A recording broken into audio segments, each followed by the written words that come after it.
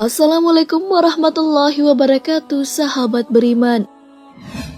Salat menjadi ibadah inti dalam agama Islam. Ia memiliki syarat dan rukun salat yang harus dipenuhi.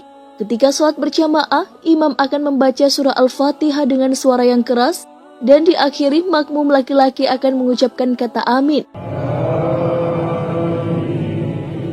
Mengenai kata amin, ada yang perlu diperhatikan ketika membacanya. Jika salah, akan merusak artinya.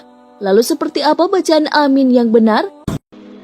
Salat merupakan ibadah teragung dan menjadi ibadah pertama yang dihisab di akhirat kelak. Mengenai hal ini dijelaskan dalam sabda Rasulullah SAW. Sesungguhnya pertama yang dihisab pada hamba di hari kiamat dari amalannya adalah salatnya.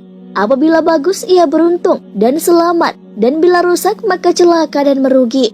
Apabila kurang sempurna dari yang wajib, maka Allah berfirman, "Lihatlah apakah hambaku ini memiliki sholat sunnah guna menyempurnakan kekurangan yang wajib." Kemudian baru dihisab amalan-amalan lainnya. Hadis riwayat Tirmizi. Oleh karena itu, setiap muslim wajib memberikan perhatian serius terhadap hal ini dan menganggapnya sebagai urusan terpenting dalam hidup. Tak lupa juga berusaha melaksanakannya sesuai tuntutan Rasulullah SAW. Perihal sholat, Nabi menyuruh kita untuk mengikuti cara sholat beliau. Hal ini sesuai dengan sabdanya, "Sholatlah kamu sebagaimana kamu melihat aku sholat." Hadis riwayat Bukhari.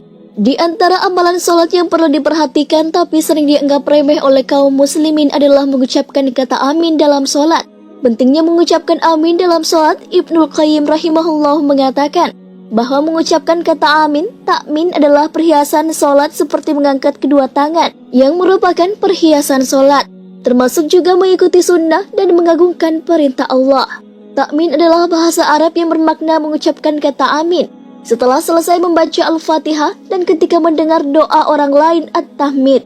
Menurut kebanyakan para ulama, kata amin itu sendiri bermakna, "Ya Allah, kabulkanlah." Imam Ibnu Adibar rahimahullah menyatakan, menurut para ulama, kata amin itu bermakna, "Ya Allah, kabulkanlah doa-doa kami." At-Tamhid. Ibnu Hajar rahimahullahu menjelaskan bahwa maknanya menurut mayoritas ulama adalah "Ya Allah, kabulkanlah." Dan ada yang menyatakan lain, namun masih kembali semuanya kepada makna ini. Fathul Bari. Takmin bukan hanya sebagai doa tapi memiliki berbagai keutamaan. Yang pertama, menjadi sebab terampuninya dosa apabila ucapan amin bersamaan dengan para malaikat. Hal ini sesuai dengan sabda Rasulullah SAW. Apabila imam mengucapkan amin, maka ucapkanlah amin. Karena siapa yang ucapan aminnya bersamaan dengan ucapan amin para malaikat, maka akan diampuni dosa-dosanya yang telah lalu. Hadis riwayat Bukhari. Yang kedua, menjadi penyebab terkabulnya doa. Apabila kalian sholat, maka luruskanlah saf atau barisan kalian. Kemudian hendaknya salah seorang di antara kalian menjadi imam. Apabila imam bertakbir, maka kalian bertakbir.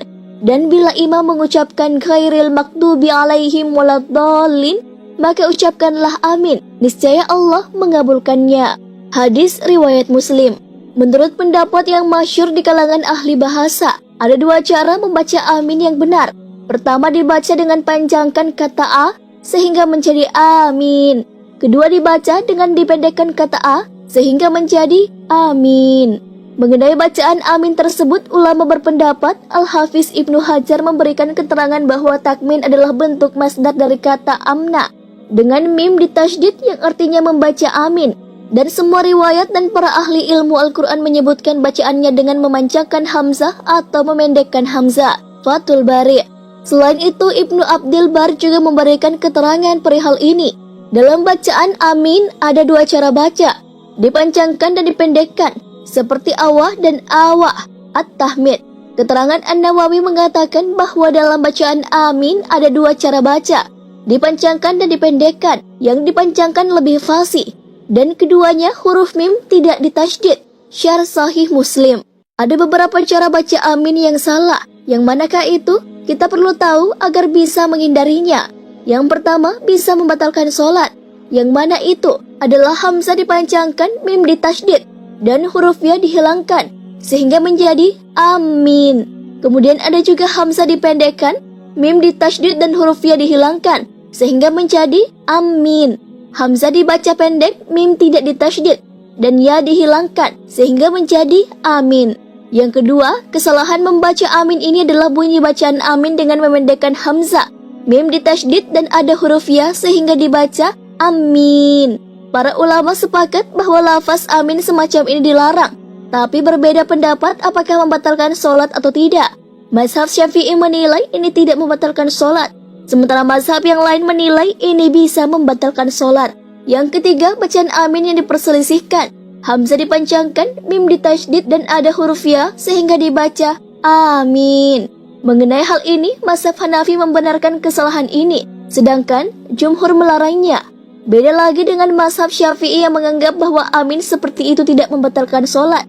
Sementara itu, Hambali dan Malikiyah menilai bacaan amin tersebut bisa membatalkan sholat.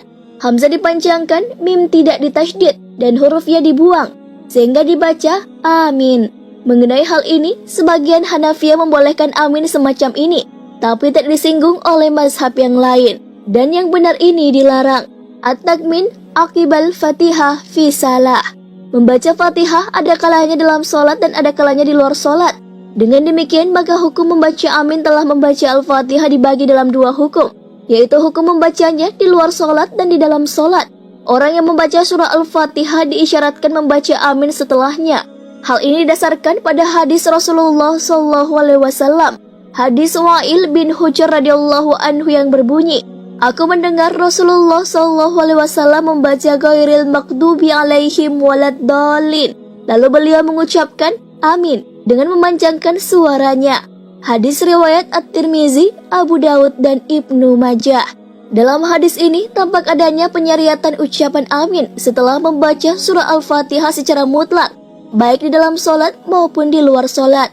Oleh karena itu, Imam Ibnu Katsir mengatakan bahwa sahabat-sahabatnya dari mazhab Syafi'i dan selain mereka menyatakan bahwa disunahkan hal itu pada orang yang membacanya di luar sholat, dan lebih ditekankan lagi pada orang yang sholat baik sendirian, sebagai imam maupun sebagai makmum dalam segala keadaan. Hukum membaca amin dalam sholat dapat dibagi menjadi 3 bagian, yaitu untuk imam, makmum, dan bagi yang sholat sendirian. Bagi imam, ulama memiliki 2 pendapat. Mayoritas para ulama memandang imam diisyaratkan membaca amin. Imam Abu Hanifah rahimahullah berpendapat bahwa yang diisyaratkan adalah makmum. Untuk makmum, bacaan amin ada 5 pendapat. Tapi pendapat mayoritas ulama adalah yang memandang makmum disyariatkan mengucapkan amin secara mutlak baik dalam sholat sirriyah maupun jahriyah. Pendapat 2 dari Imam Malik rahimahullah yang memandang makmum diisyaratkan mengucapkan amin dalam sholat sirriyah dan dalam sholat jahriyah apabila mendengar imamnya membaca waladhdallin. Pendapat ketiga, pendapat sekelompok ulama yang memandang tidak disyariatkan secara mutlak. Pendapat keempat, yaitu Imam Syafi'i rahimahullahu dalam Al-Qulul Jadid. Pendapat beliau rahimahullahu setelah berada di Mesir, yang memandang makmum tidak disyariatkan mengucapkan amin apabila imam telah mengucapkannya dengan jelas. Pendapat kelima, pendapat Imam Abu Hanifah rahimahullahu, yang memandang tidak disyariatkan dalam sholat sirriyah, walaupun makmum mendengar imam mengucapkan amin. Dari kelima pendapat ini yang rajih adalah pendapat mayoritas ulama, karena dalil mereka kuat. Di antaranya, hadis-hadis yang memerintahkan makmum mengucap amin.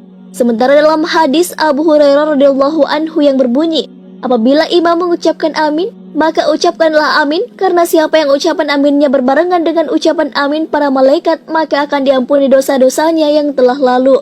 Hadis riwayat Bukhari. Sementara itu bagian sholat sendirian, para ulama berselisih dalam 2 pendapat, yaitu mayoritas ulama mensyariatkan orang yang sholat sendiri mengucapkan amin. Imam Malik rahimahullahu dalam sholat satu riwayatnya memandang tidak disyariatkan dalam sholat sendirian.